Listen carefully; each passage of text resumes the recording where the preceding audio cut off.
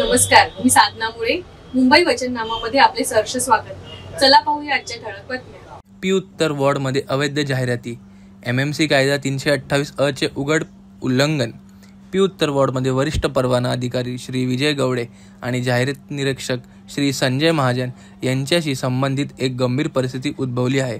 हे अधिकारी एमएमसी कायदा 328 अ चे उघडपणे उल्लंघन करून अवैध जाहिरातींना परवानगी देत आहे.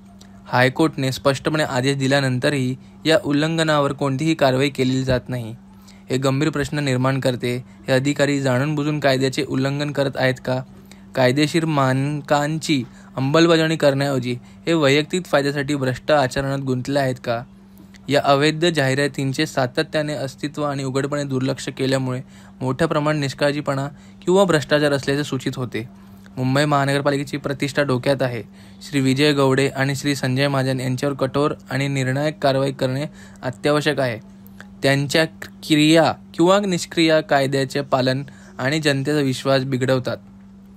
या परिस्थितीत कायदेशीर पालन आणि सार्वजनिक विश्वास पुनर्स्थापित करण्यासाठी तत्काळ हस्तक्षेपाची आवश्यकता आहे.